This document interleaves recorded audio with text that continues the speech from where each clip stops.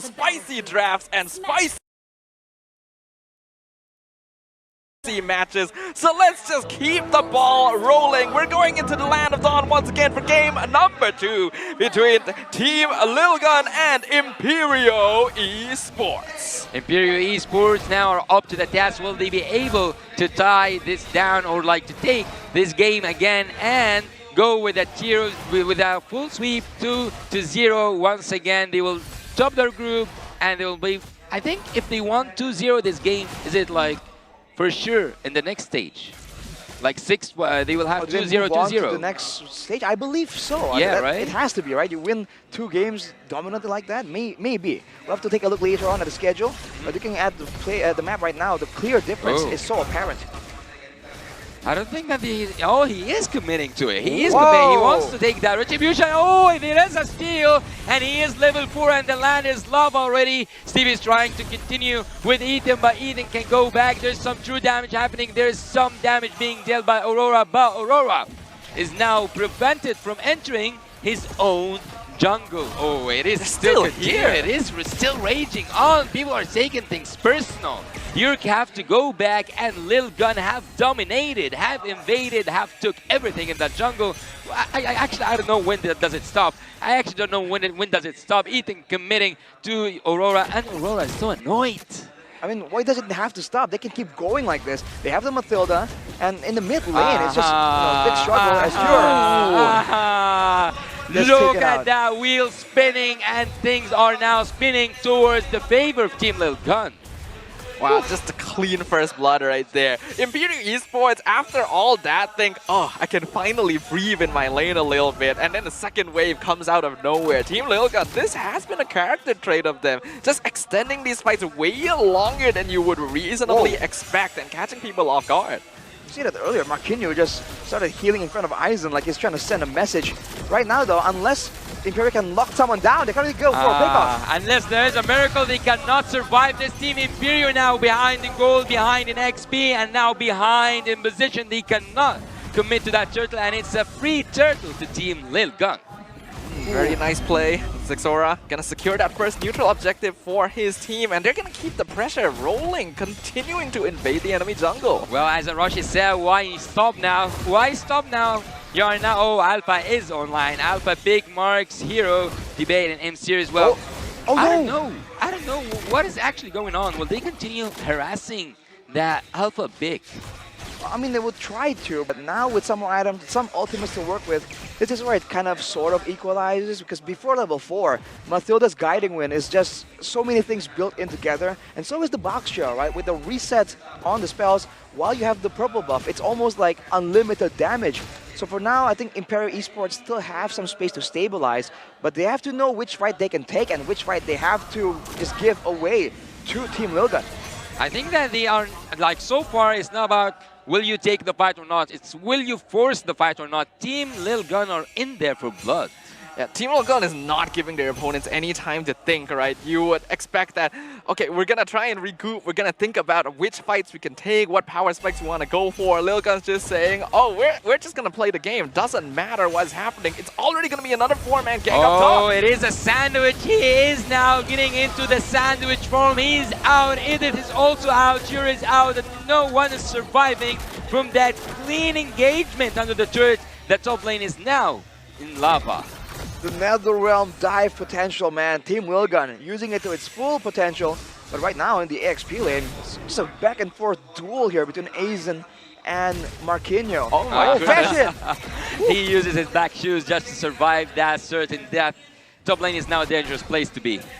This is where Team Lilgun is the scariest. When the team has a strong start, when they feel confident and comfortable enough to just take every part of the map and regard it as theirs, that is the most difficult situation for any opponent of theirs to be in. Imperio eSports has already shown us glimpses of brilliance in the past, but this is going to be their opponents at full power. Let's see how they're going to be able to deal with it, as now the turtle going to be contested. Well, even though Imperio are now behind in terms of the gold and also the XP, they do want to take that turtle, and they do take that turtle down. Zixora is trying to escape, and now Vision tries to use his black shoes to survive. Even the Aizen. flicker helps them, but Aizen coming from the back line. Aizen is still committed to it. Right hook, right and left hook, and then there's a knockout. Forbid takes the 8 down. They are still committing that massacre at the top lane. Is a dangerous place to be. Team Lilgun dominates the early game. It's almost like a miscommunication right there. Some members trying to escape, some trying to go back in. Imperio. What a crazy team fight right there. But with a gold deficit, they're able to bring the fight quite equally to Team Lilgun. They have to be careful, man. They cannot keep trading. Because in the same way that they lost in game number 1, game number 2, they have the Lilia, they have the Bruno, as well as the Edith technically. There's a lot of late game power spikes available for Imperio to try and mount a comeback from. Yeah, I imagine Imperio are in a position where they understand all they really need to do is delay and hold the game. As long as they don't fall too behind, they can expect Team Lilgun to make similar sort of mistakes. And I'm hoping that Lilgun will be able to adapt to this, because right now what I'm seeing from this team is just 5 players that lack any sort of self-preservation mechanism. They just don't care, and they just dive in without regard for health. Later on, though, I think Bebex is going to be able to have a lot of plays available, but Fashion here is taken quite low, and Imperio still are able to move backwards. They have to be careful of the Steffe re-engage potential here. I think it's about time for that top lane to be down, right? Maybe. Team Lilgun seem to be more focused on zoning. They're waiting for the minion wave to collide. Imperio looking for the counter. I don't think that they'll fully commit to it, because I think at some point Team Lilgun are playing mind games. They want to keep that turret up. They want to continue pressuring top lane. I mean, it's a great move from Team Lilgun to just get behind the turrets and cut off Imperio. But they have so much faith here in the retribution right there, man. Like, Aurora is actually on the same level as Zixora, so they've been going so aggressively with the Boxja. They have not been farming, and it's a steal attempt, not gonna work. Oh, the Kali goes in with that flicker. Ultimate is now in the back line, and the Edith uses her ultimate to just steal a tremendous amount of damage, but the damage is not enough. The goal difference is now so high, it's in the favor of Team Lilgun. Once again, where are you going? Come back here. Knock, knock. It's Team Lilgun coming in the house once again, but Team Imperio is trying to escape. Aurora, there's no escape for you. If Team Lilgun finds you out, they will take you down, but in the house once again, but Team Imperio is trying to escape. Aurora, there's no escape for you. If Team Lilgun finds you out, they will take you down, but instead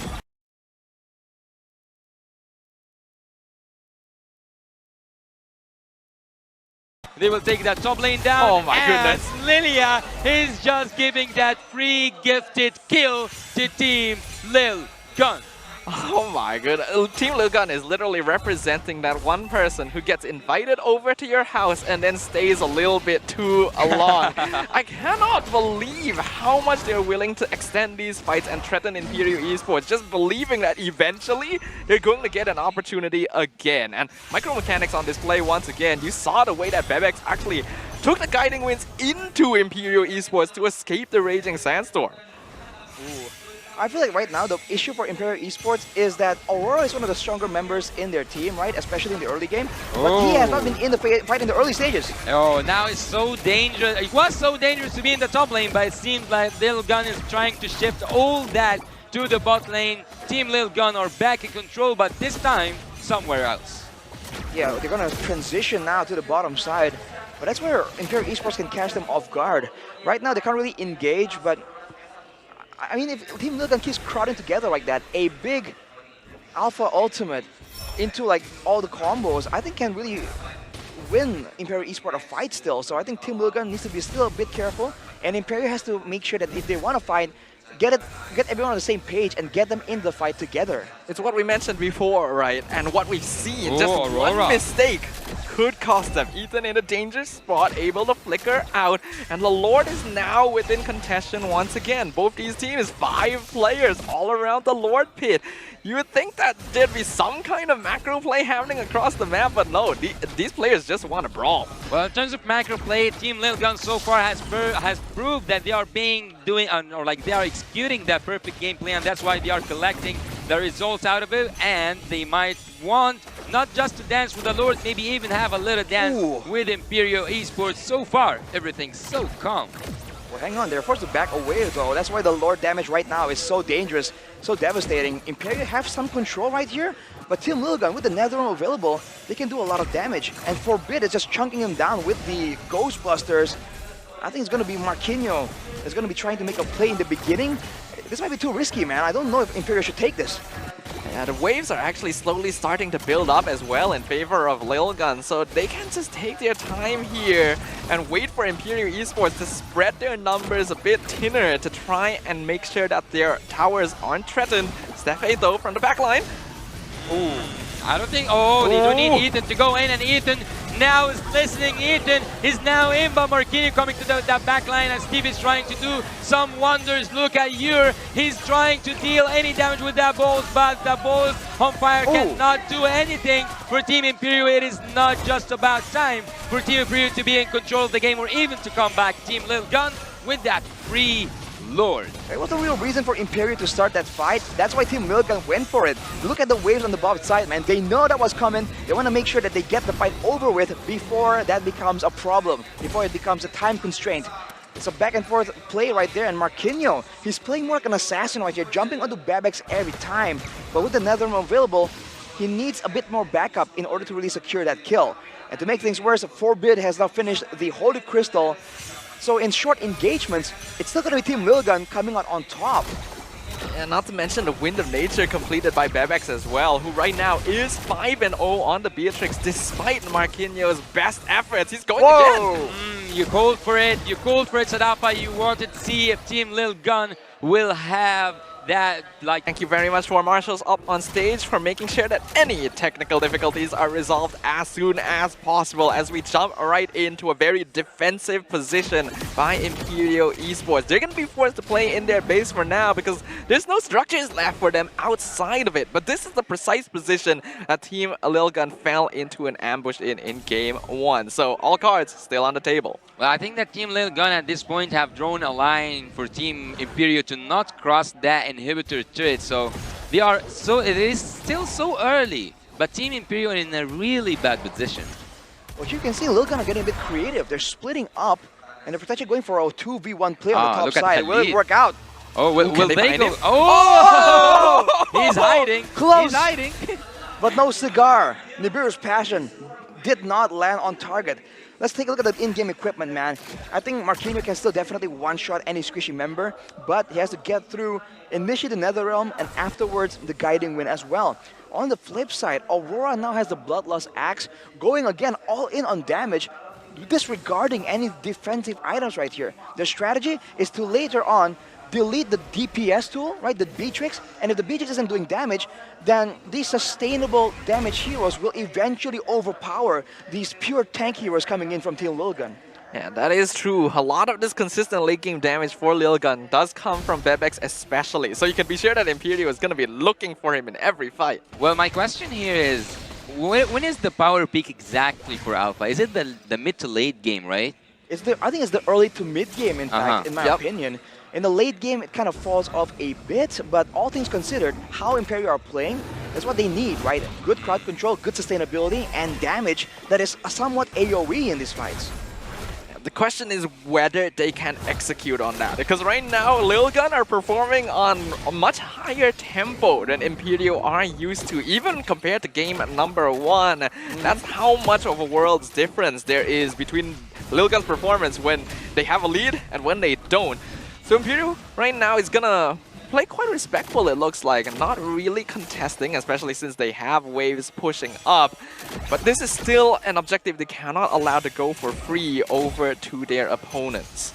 They're gonna contest right now the control, but Yuri is not in the fight, man. Ethan goes in. Oh, Matilda is flying in, and also she has with her the monster kill. Bibex takes that Lilia down. Nothing can save that Lilia even after using that black shoes. Some hesitation there, right, from Imperio. They were kind of half debating whether to go for it or not. They're trying to scout for information, but Lilgun were just a bit too fast with it. Now at a 14k goal difference. This is an insane goal difference, man, but we've seen it happen before. Can Imperio just find a way to win against the Netherrealm, against the Guiding Wind? Let's see. Let's see together with her Alpha is online, will win the shot and got offline, but Marquinhos goes to that backline once again. It is where he belongs. He goes again and again to that backline. Steve is trying to survive, but Aizen is doing some recalls with the left hook, with the right punch. He goes in and maybe it is a knockout. Maybe it is a knockout. Aurora is trying to do his best to deal some of that true damage, and that true damage creates that true opportunity to make that defense pull off, but there's some minions coming, synchronized together. Everyone is there, everyone is there. Look at Team Lilgun as they are trying to go in, and they might just finish this, but they want to finish it cleanly. They want to finish that cleanly. They are aiming for the kills, they are aiming for the blood, they are not aiming for that base. They want that game to be clean for them, and that's what they got. And that's what they got. Marquinhos wants to make the defense, but it's so hard. It is so hard, Team Lilgun.